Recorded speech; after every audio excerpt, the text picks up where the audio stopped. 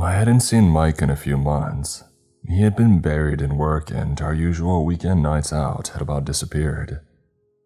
But then he called me on a Thursday and invited me over for drinks. I jumped at the invite, but took note of how depressed he sounded on the phone. By the time that I got there, Mike had already started drinking and he was slurring his words. A dark cloud seemed to hover over him, which got worse as we drank. I finally asked what had been going on with him. Mike turned darker, afraid. He said that it had to do with work. I never really knew what Mike did for a living. I did know that he worked for the city in the tech department, and he was involved with the CCTV surveillance network. But I never knew what his day-to-day operations were, which he began to describe in detail. Mike explained that there were thousands of cameras scattered throughout the downtown core, outlying neighborhoods and well into the suburbs of our 1 million plus city. His responsibility was to categorize and archive all the incoming footage.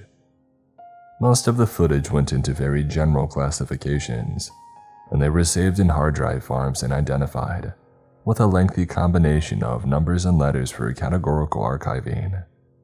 They were truly meant to be forgotten about. It was an expansive task, but Mike designed and built an AI screening program that detected common patterns in footage, and then sectioned off anomalous behavior for review. The vast majority wasn't anything noteworthy, something like 99.99%. But then there was that 0.01%. The car accidents, the assaults, the swarmings, all that bad stuff. Those went into a special archive for use in criminal investigations. And then there was the 0.0001%. They were held in a classified archive and contained footage capturing events that for all accounts were unexplainable. This was called the Tartarus archive. I looked up the word Tartarus after and discovered it was one of the darkest, deepest prisons from Greek mythology.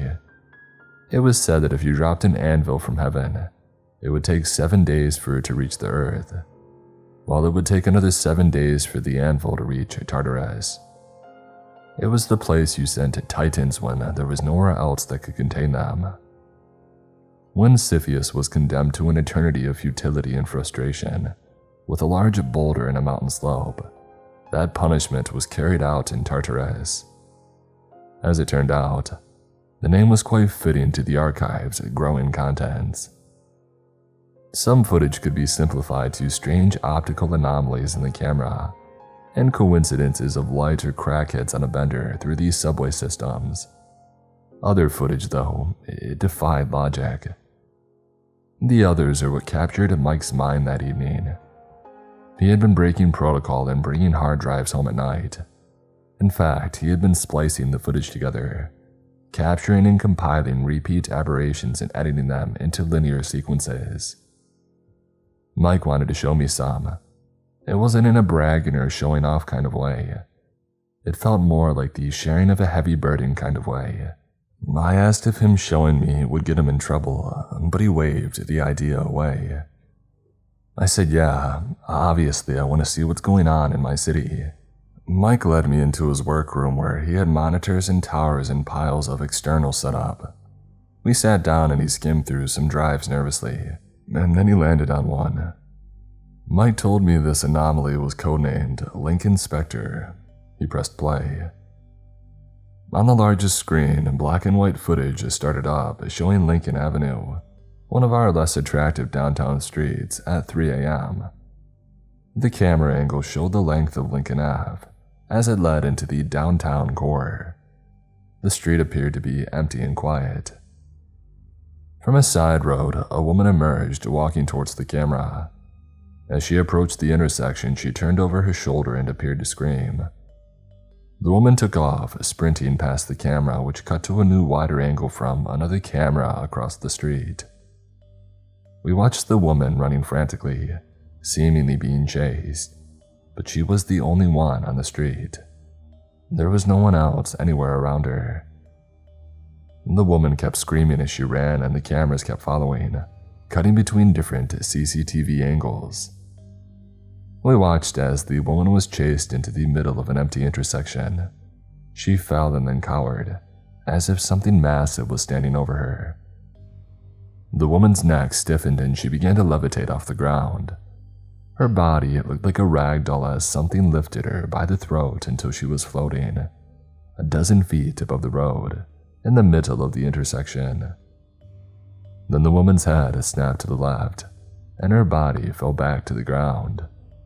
The video ended and it went black. I sat shocked. Mike saw my expression and said, "You ain't seen nothing yet." I asked if that was real, if what I saw was unaltered, it was raw footage. Mike said that all he had done was put the clips together, none of the content had been touched. He told me he found out the incident ended up being described as a hit and run, and the case was left figuratively open for more evidence to amass, which it never would. The department kept the footage hidden, claiming it was a camera malfunction. No one outside of Mike and his boss had seen the video of how the poor woman had actually died. I started to understand the air of somberness that Mike was carrying around. Mike started the next video. This one was codenamed Black Crab and was much longer than the previous one. It started in the subway systems at the underground Walkley station, shortly after closing up for the night.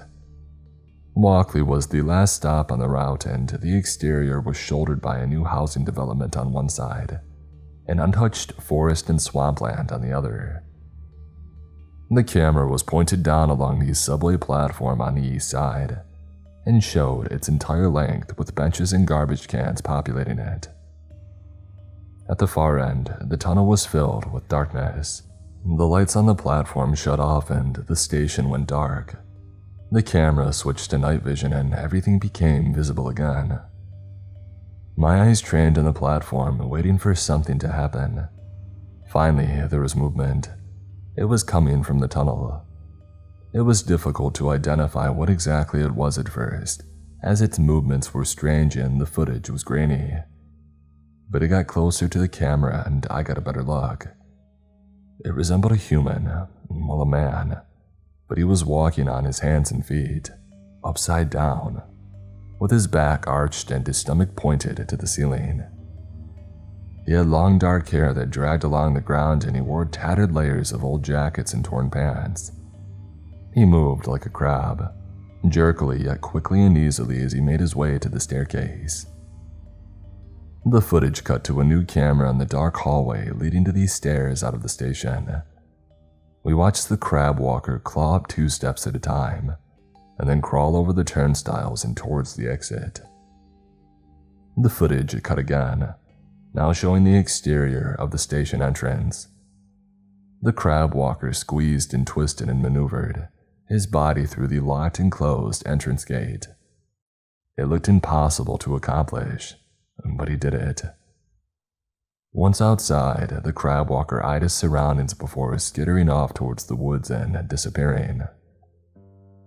The footage cut to an hour later and it revealed the crab walker reappearing from the woods. He was dragging a small animal by the tail in its teeth. The animal looked like a cat. The crab walker squeezed back through the gate, crawled through the station and disappeared into the subway tunnel. Again, Mike saw my expression and told me that there was more. He showed me the length of the video, which was over an hour long. Mike had compiled over 20 sequences of the crab walker creeping out of the subway station and into the woods. Mike skimmed through the video towards the end and we watched the crab walker come out of a sewer in a downtown alleyway. It crawled over to a pile of garbage bags and cardboard boxes, and then it jumped into them and some kind of vicious frenzy ensued. There was someone else in the pile of garbage. Hands and feet thrashed about as they were struggling for their life. Then the movement stopped and the hands and feet went still. The crab walker's body moved jerkily about, but I couldn't see what was happening because of the darkness and all the garbage bags and boxes obscuring the camera's view. Mike leaned over to me and whispered that the crab walker was eating a homeless man. This caused a criminal investigation as the dead body was found and it was festering in the open alleyway. Mike followed up on the inquiry. What he discovered was the crab walker was who authorities believed to be a man named David Fletcher. Decades ago, David had been a prominent lawyer with a family. One Christmas, there was a house fire and his wife and kids were killed in the blaze. It happened to be David's fault. He lost everything, including his mind. Everyone has a breaking point, whether they know it or not. A place where they bend too far and then snap. Well, David found his. Family and friends described his descent as nightmarish. David lived on the streets, became addicted to drugs, and tumbled into mental illness. The last anybody knew of him was from 10 years prior. He had thrown himself in front of a subway at the Walkley station, and no one heard from or saw him again. It appeared that somehow David had survived the subway hit. His back had broken and healed strangely, causing him to move the way that he did. He had adapted to the new posture and lived in the darkness of the subway tunnels, finding sustenance from drain water and the wild animals that he caught. That was what Mike found out, at least. But then he said, that was just the answer the investigators gave in Discovery. Who knows where the truth lay? Mike said that there was always an answer for the videos that he saw. Whether the answers were true or not, no one knew. But the ones that had to become public all needed explanations, however absurd. Either way, David was never found and didn't reappear on the subway footage. Mike plugged a new hard drive in. He poured a fresh drink and told me this was the one that was troubling him. The file was codenamed Cloud Mirror. I wasn't sure that I wanted to see it, but before I could object, Mike had pressed play. All the monitors lit up with footage from different intersections downtown. On the exact same date and time as each other, there were 5 in total. The streets on each screen were empty and quiet, no cars or people. Suddenly, at the exact same time in the center of the intersections, a small glow pulsed into existence. It was some kind of orb, roughly the size of a bowling ball.